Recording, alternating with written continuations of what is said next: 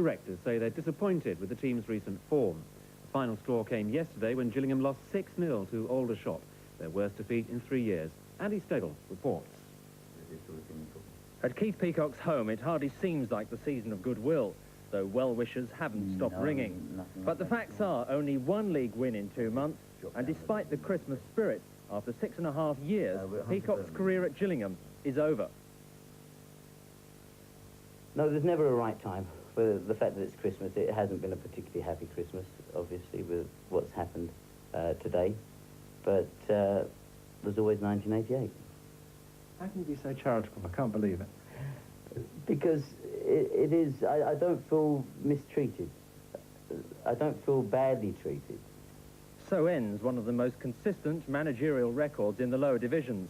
Gillingham have always been in with a chance of promotion during Peacock's 6 seasons with the club. And ironically, 1987 was his best season ever. He took Gillingham to the verge of promotion to the 2nd division. Victory against Sunderland put them into the playoff finals, though they later lost to Swindon. And it seemed they'd lost none of their edge at the start of this season.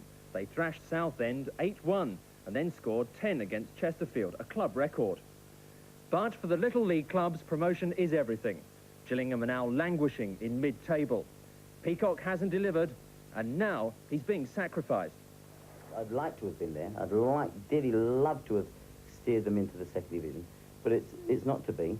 I would say, realistically, the only chance now is to get into the playoffs, but we're only 9 points away and halfway through the season. Remember, we've only lost, I think, 7 games. It's the fact that we've drawn a lot that has just tipped in.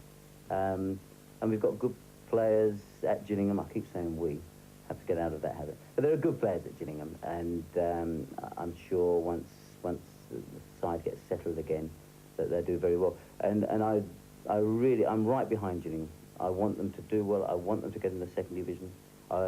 In many ways, it would be less emotional if I could say differently and be a bit sour on it. But I've been treated well.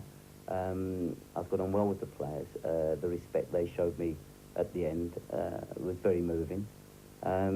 So I can't ask for any more than that. The 17 months that's left of Peacock's contract will be honoured by Gillingham. Meanwhile, the Christmas family chores will now last rather longer than expected. Andy Stegel reporting, and now Paul Taylor has been appointed Gillingham's manager. Taylor, who was Peacock's assistant, will be in charge until the end of the season.